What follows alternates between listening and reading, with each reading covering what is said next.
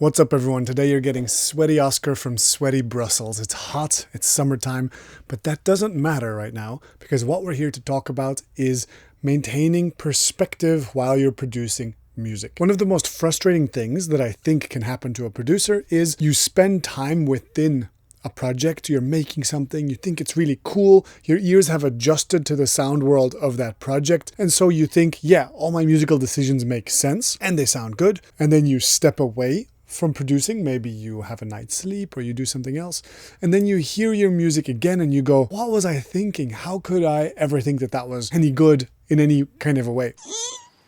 Oh my god! I'm losing my perspicacity! And the underlying concept here is that we just get used to the sonics of a certain type of sound very quickly. And so, for example, for me, that almost always manifests in me mixing and working on sounds that are super bass heavy because it sounds so good on my big speakers. I love being in my studio here, being enveloped by warm bass frequencies.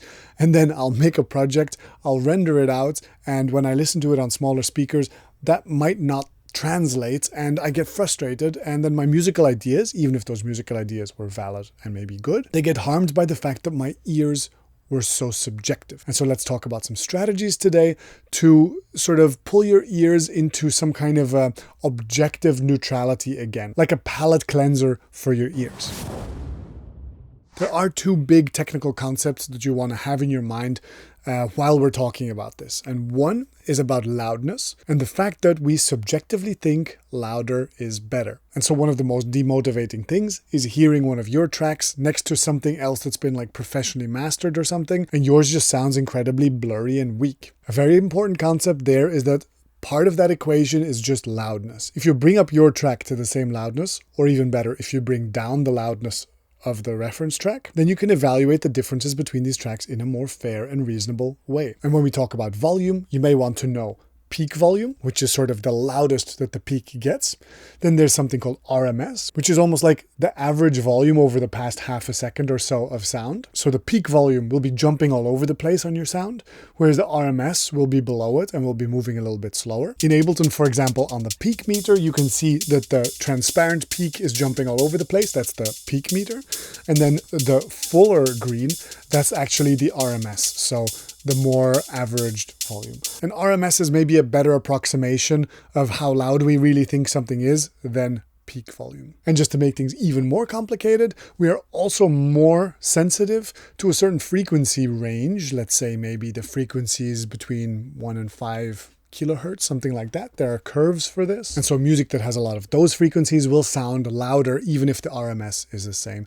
And that is reflected in yet another measurement, which is called LUFS. So peak volume is a relevant measurement, RMS is an even better measurement, and LUFS might be the best measurement. But just remember these principles, that we are very hardwired to think that louder is better and that the distribution of frequencies in the source material matters a great deal. And that brings me to the second big technical concept that I want to talk about, which is frequency balance, which is the sum total of all the frequencies in all of your material. How are they distributed? Do you have a lot of bass, not enough bass, a lot of highs, not enough highs, too much mids, not enough mids? What does that balance look like? Because if the distribution of those frequencies is significantly out of balance, then your music is going to just sound weird compared to other music.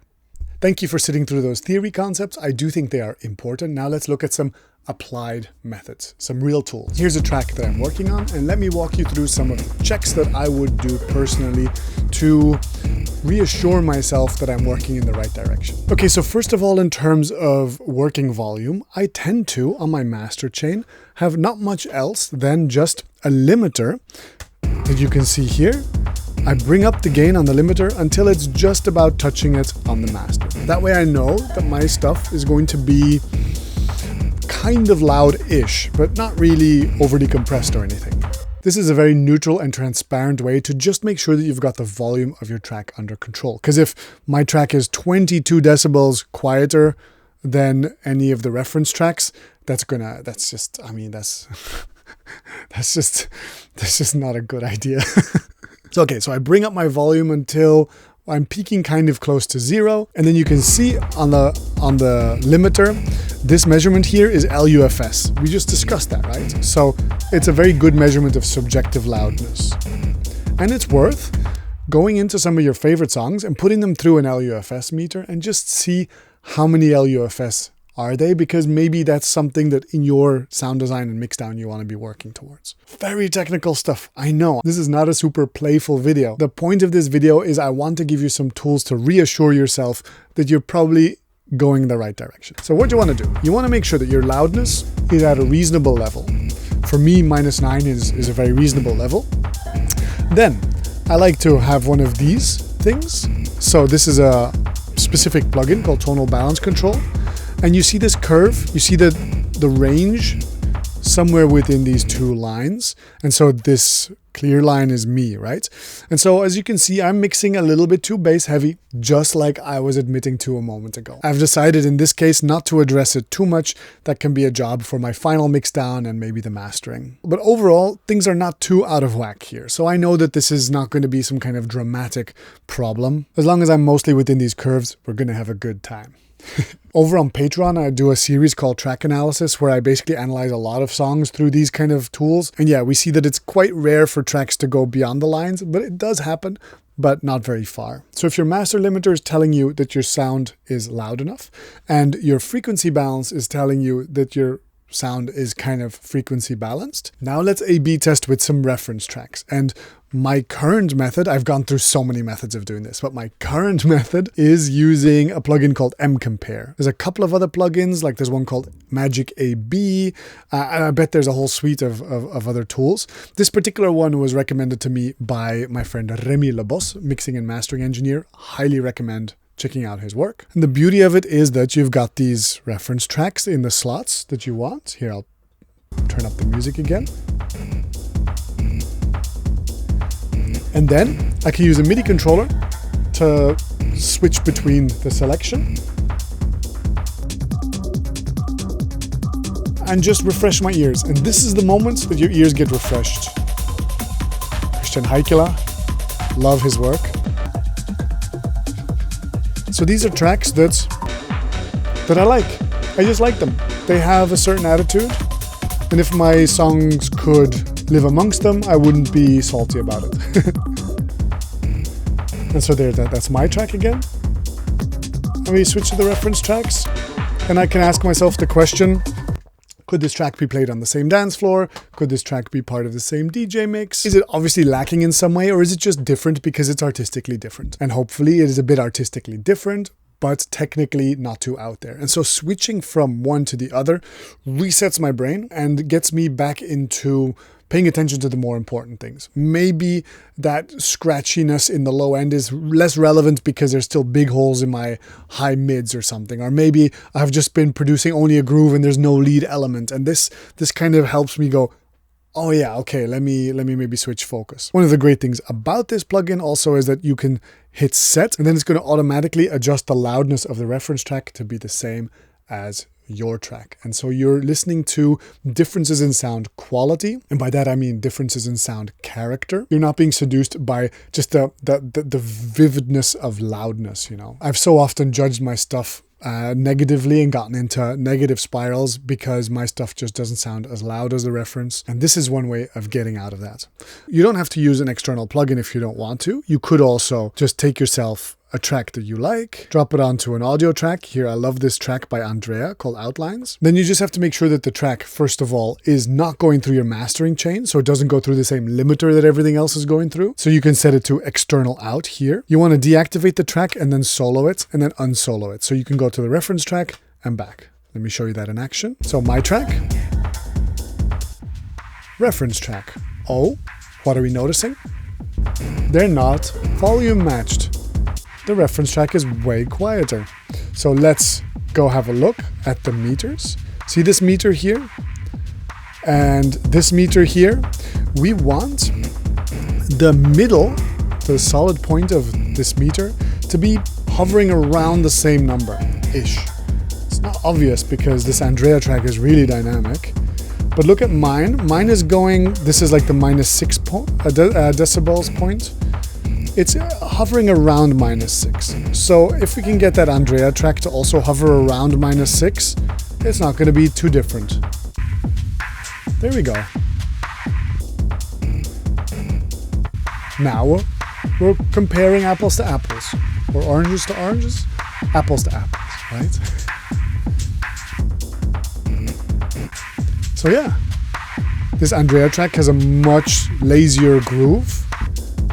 Mine is a bit more hyperactive, but I don't mind it. It feels heavy and chunky and has all the emotional qualities that I'm looking for in what I'm trying to make. And do beware, of course, what we're trying to do today is we're trying to snap out of our perspective black hole, into a more objective way of listening.